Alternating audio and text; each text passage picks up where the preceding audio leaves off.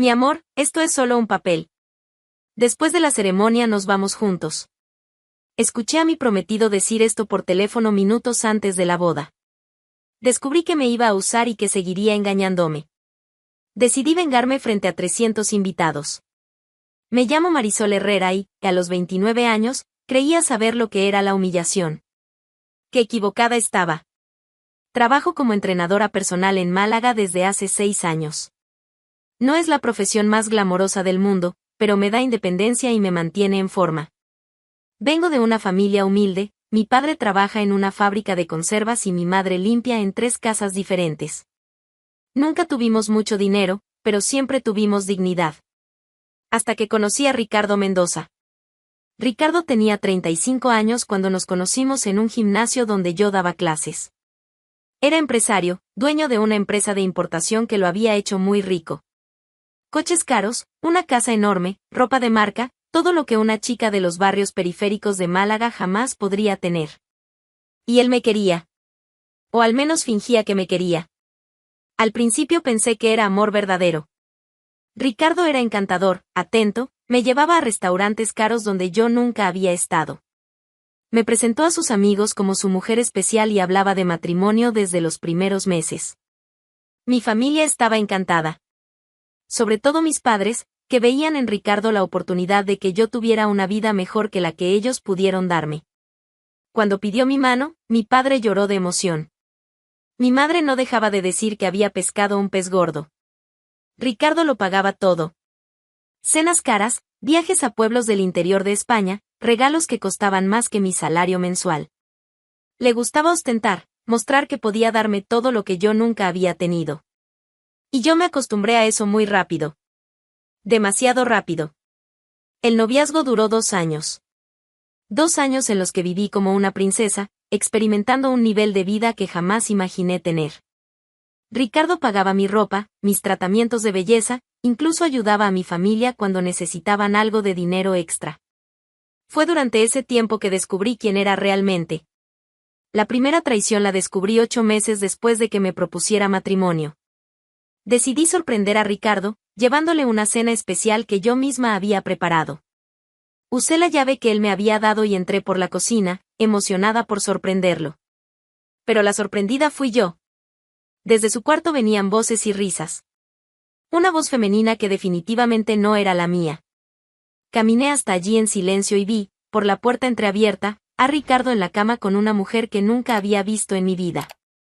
Me quedé allí parada unos segundos, tratando de procesar lo que estaba viendo. Mi prometido, el hombre que financiaba toda mi vida, con otra mujer en la cama donde dormíamos juntos. Me fui sin hacer ruido. Tiré la comida a la basura y regresé a casa en estado de shock. Cuando Ricardo me llamó al día siguiente, preguntando por qué no había ido como habíamos quedado, no tuve el valor de enfrentarlo. Inventé una excusa sobre un problema de salud. Durante días estuve dividida entre terminar todo y fingir que no había pasado nada. La verdad es que estaba aterrada. Aterrada con la idea de volver a mi vida simple, de renunciar a la seguridad financiera que Ricardo representaba, de decepcionar a mi familia, que ya hablaba de él como el yerno perfecto. ¿Cómo volvería a vivir en un barrio pobre después de haber probado la vida de rica? ¿Cómo les explicaría a mis padres que había perdido la oportunidad de cambiar nuestras vidas para siempre? Así que elegí fingir que nada había pasado. Ricardo debió notar que algo estaba diferente, porque en la semana siguiente se mostró más generoso que nunca. Me compró una pulsera de oro, organizó un viaje romántico a Granada, habló sobre la casa que estaba construyendo para nosotros después del matrimonio. Y yo, como una idiota, creí que aquello había sido solo una aventura sin importancia. ¡Qué ingenua era! La segunda traición la descubrí por casualidad, 3 meses después. Estábamos cenando en un restaurante elegante en el centro de Málaga cuando me levanté para ir al baño. Al regresar, vi a Ricardo besando a una morena en la barra del bar, justo en mi línea de visión. Se besaban como amantes de mucho tiempo, con una intimidad que me dio náuseas. Ricardo tenía las manos en su rostro, ella jugaba con su cabello. Era una escena de pasión genuina, algo que rara vez veía cuando estaba conmigo. Volví al baño y vomité. Al regresar a la mesa, Ricardo estaba al teléfono, fingiendo resolver algún problema de trabajo urgente. La mujer había desaparecido. ¿Todo bien, mi amor?, me preguntó, guardando el móvil. Todo perfecto, respondí, forzando una sonrisa. Pasamos el resto de la noche hablando sobre la casa nueva que estaba construyendo, sobre la luna de miel que haríamos en París, sobre cómo sería perfecta nuestra vida después del matrimonio.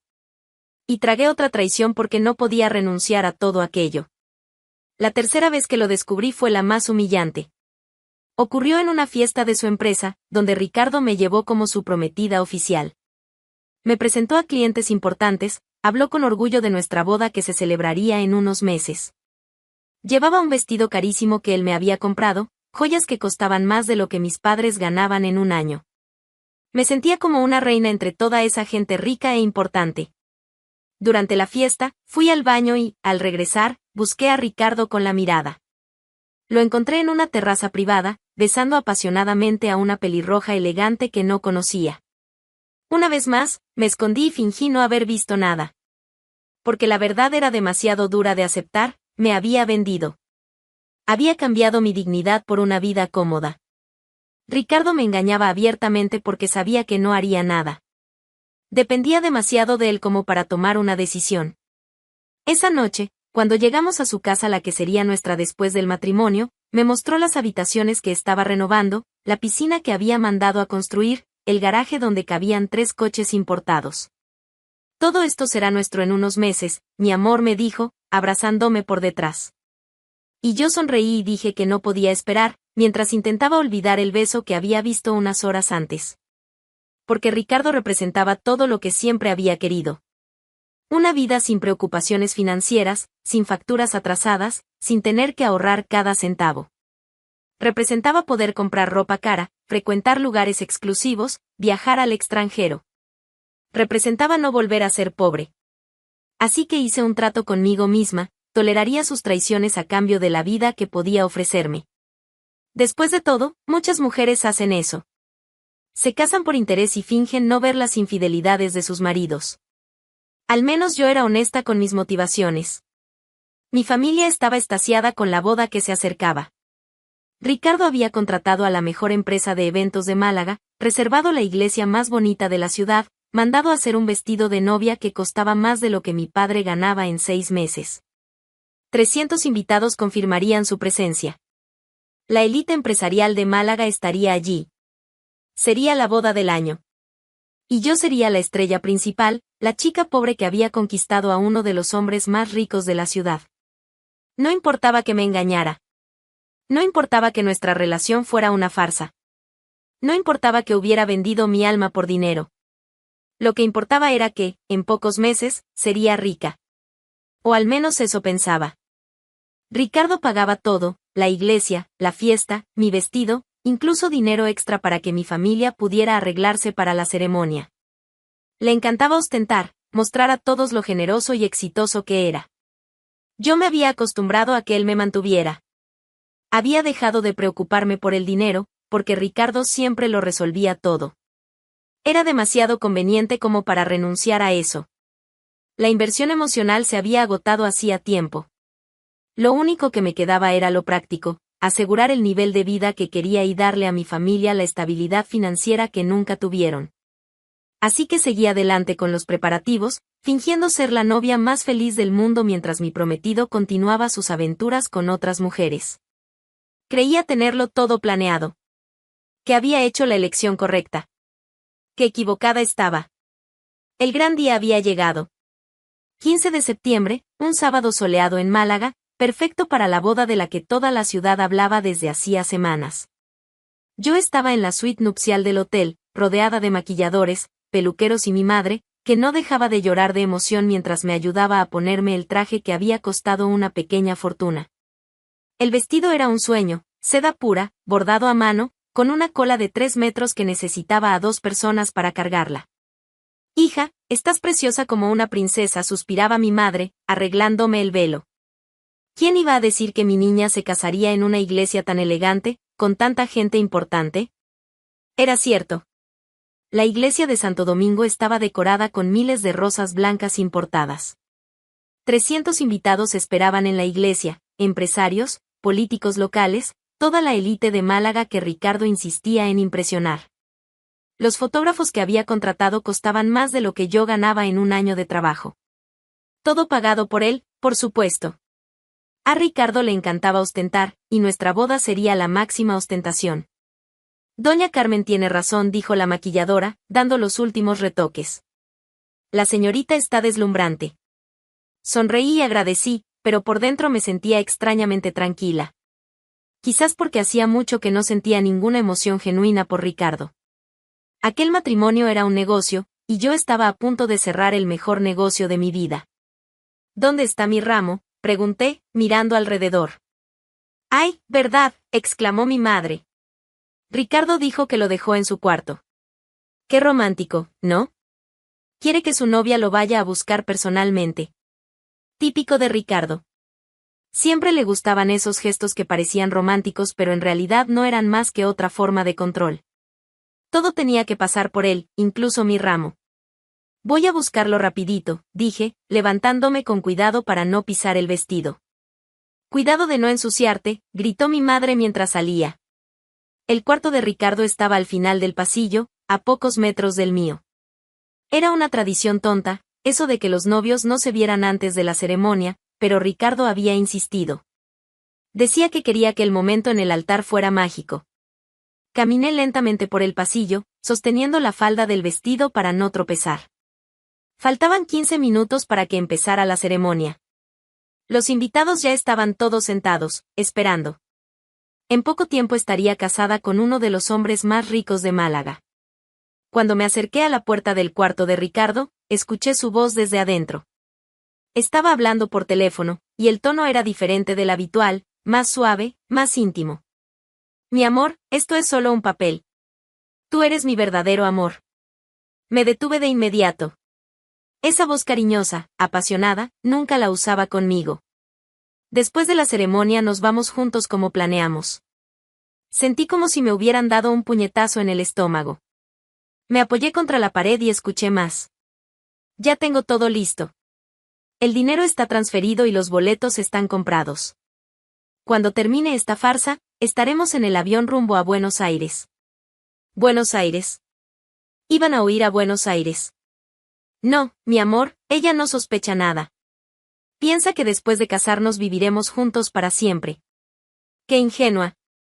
Mi respiración se entrecortaba. Las piernas me temblaban tanto que tuve que apoyarme en la pared para no caer. Valentina, mi vida, esto es solo business. Mis clientes importantes necesitan ver que soy un hombre serio, casado. Después del brindis, cuando todos estén celebrando, desaparecemos. Simple así. Valentina. Ese era el nombre de la mujer que iba a destruir mi vida. Claro que llevé el dinero conmigo. ¿Crees que soy idiota? Todo lo que tengo está en cuentas que ella nunca va a encontrar. La casa, los coches, todo lo puse a nombre de terceros hace meses. Lo había planeado todo. Absolutamente todo. La pobre va a quedar con las deudas de la boda y la vergüenza. Pero eso es lo que merece por ser tan ambiciosa. La ironía era devastadora. Me llamaba ambiciosa cuando fue él quien me compró con dinero y lujos. Mi amor, tengo que colgar. En 10 minutos empezará el show. Pero después de 2 horas de teatro, estaremos libres para siempre. Show. Teatro. Así veía él nuestro matrimonio. Escuché el sonido del teléfono al colgar y me alejé de la puerta rápidamente, el corazón latiendo tan fuerte que estaba sorda a cualquier otro ruido. Volví a mi cuarto tambaleándome, intentando procesar lo que acababa de descubrir. Ricardo no solo iba a traicionarme después de la boda, me iba a abandonar por completo. Y peor aún, había planeado todo para dejarme con las deudas. Porque obviamente existirían deudas. Una boda de ese tamaño, aunque él lo hubiera pagado todo por adelantado, sin duda implicaba contratos, compromisos, proveedores que cobrarían después. Y cuando descubrieran que el novio había huido del país, ¿a quién creen que responsabilizarían? Marisol. ¿Dónde estás?, gritó mi madre cuando entré al cuarto. ¿Y el ramo? La miré sin poder responder.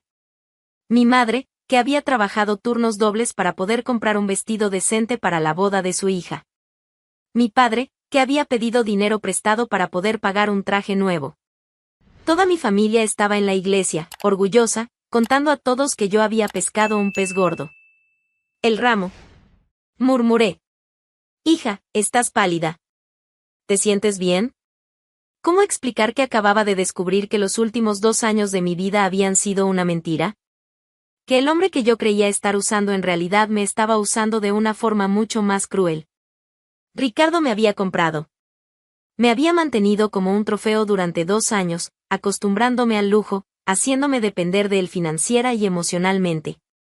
Y ahora, en el día que debía ser mi triunfo, descubrí que era solo una marioneta en una obra de teatro montada para impresionar a sus clientes. Lo peor de todo sería la humillación que vendría. 300 personas importantes estaban en la iglesia esperando. Cuando descubrieran que el novio había huido con otra mujer, yo no sería vista como víctima, sería vista como la idiota que no pudo retener al marido rico.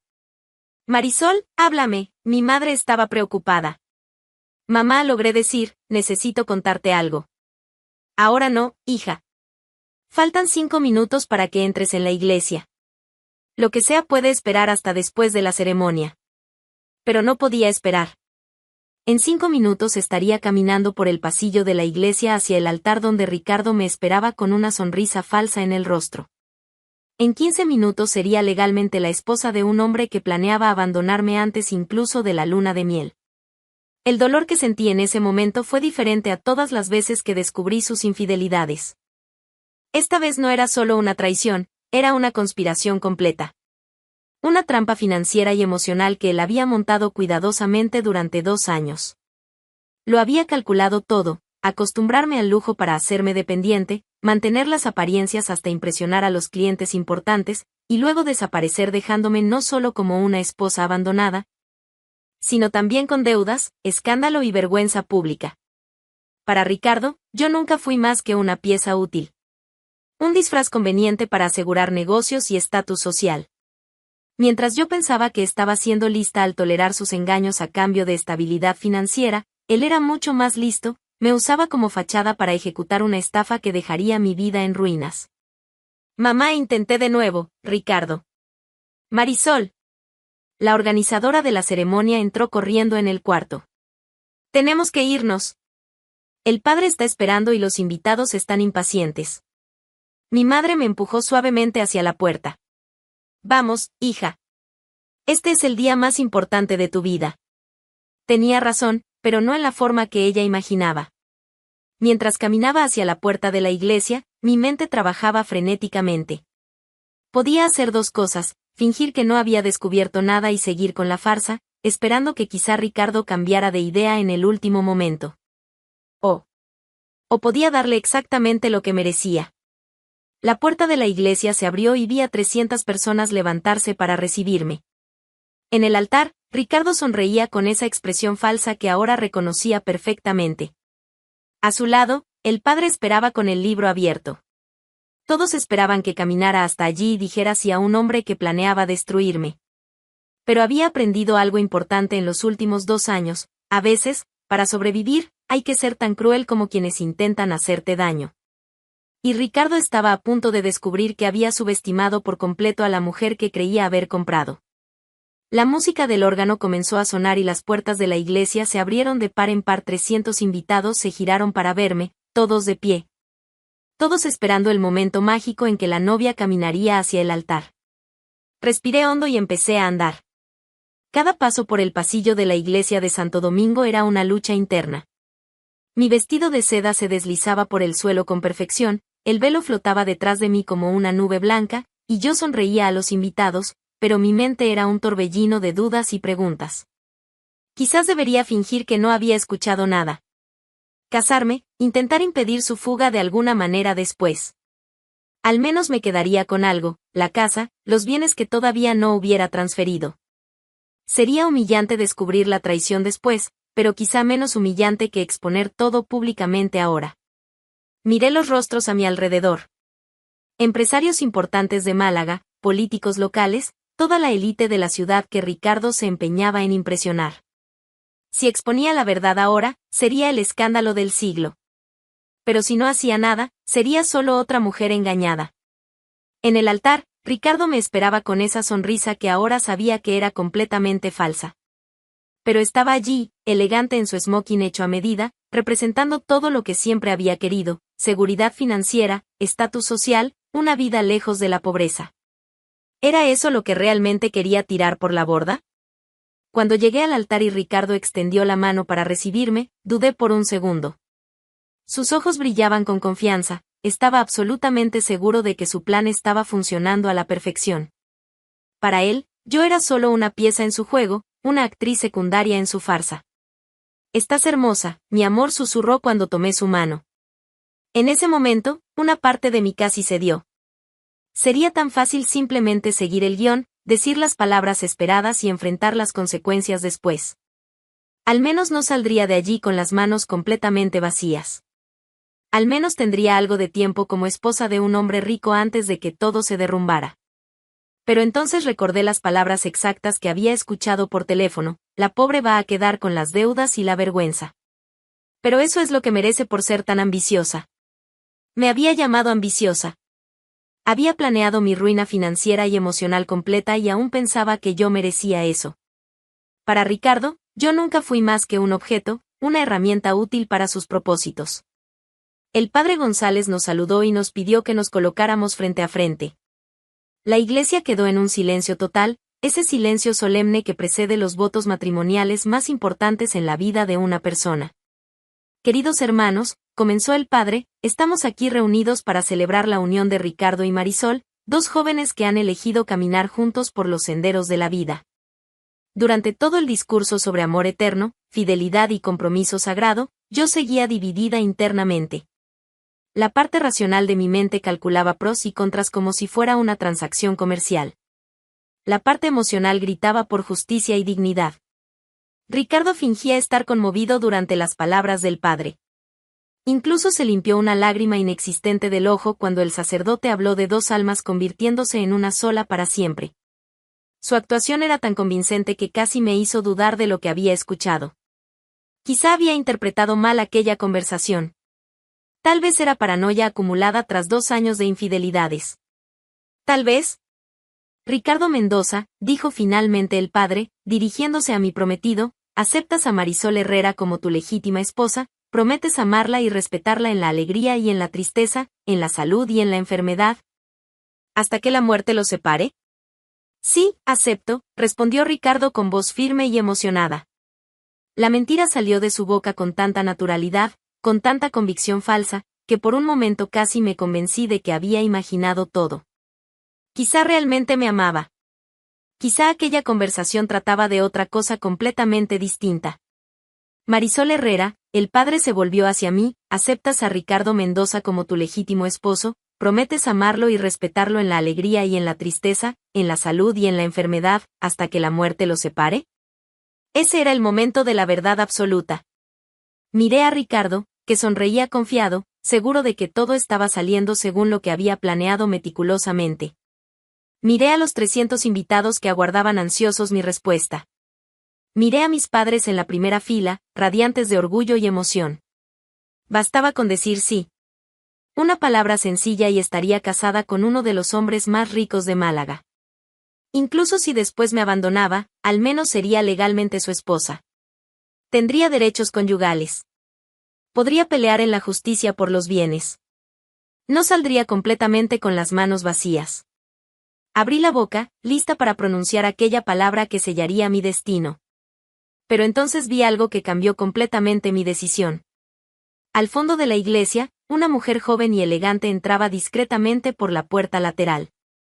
Cabello oscuro y largo, vestido azul marino elegante, una belleza marcada que me resultaba familiar aunque nunca la hubiera visto en persona. Era Valentina. Estaba segura. Había venido a presenciar el teatro personalmente. Allí estaba, parada al fondo de la iglesia con una sonrisa satisfecha en los labios, observando cómo Ricardo me engañaba delante de 300 personas. Los dos habían planeado hasta esa parte, ella contemplaría la farsa completa antes de huir juntos a Buenos Aires. La audacia era impresionante. La crueldad, increíble. La rabia que sentí en ese instante fue tan intensa que mi visión se nubló por unos segundos. Padre González, dije con voz clara que resonó en toda la iglesia, me gustaría decir unas palabras antes de responder a su pregunta. La sonrisa confiada de Ricardo vaciló ligeramente. Eso definitivamente no estaba en el guión que él había ensayado. Al fondo de la iglesia vi cómo Valentina fruncía el ceño con preocupación. Claro, hija mía, respondió el padre, algo sorprendido pero intentando acomodar mi inusual petición. Me volví hacia los invitados. 300 personas me miraban con creciente curiosidad y expectativa. Algunos debieron pensar que haría una declaración romántica sorpresa, algún gesto emocionante hacia el novio. ¡Qué equivocados estaban! Queridos amigos y familiares, empecé, mi voz resonando perfectamente en la acústica de la iglesia, antes de responder a la pregunta del padre González. Necesito compartir con ustedes algo muy importante que descubrí hace apenas unos minutos. El silencio en la iglesia se volvió tenso y absoluto. Ni siquiera un niño pequeño lloraba. Ricardo estaba cada vez más nervioso a mi lado, sus manos comenzaban a temblar imperceptiblemente. Hace unos minutos, mientras buscaba mi ramo en la habitación del novio, escuché una conversación telefónica muy reveladora. Los ojos de Ricardo se abrieron de par en par con un horror absoluto. Había entendido exactamente a dónde quería llegar, y el pánico comenzaba a instalarse en su rostro. Escuché a mi prometido hablar cariñosamente con una mujer llamada Valentina, declarándole su amor verdadero y eterno. Un murmullo de sorpresa e incredulidad comenzó a extenderse por la iglesia como olas.